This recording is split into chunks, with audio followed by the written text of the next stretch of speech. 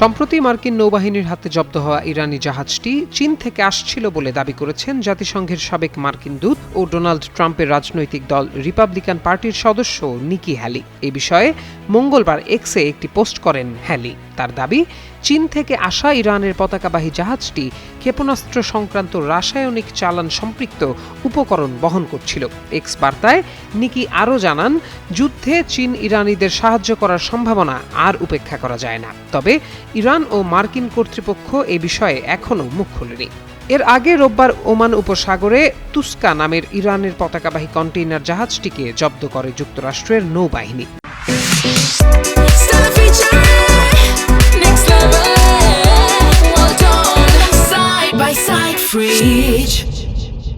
যা Islamic Republic of Iran Shipping Lines IRISL নেটওয়ার্কের অংশ বলে জানা গেছে এবং এ সংস্থাটি এরই মধ্যে মার্কিন নিষেধাজ্ঞার অধীনে রয়েছে।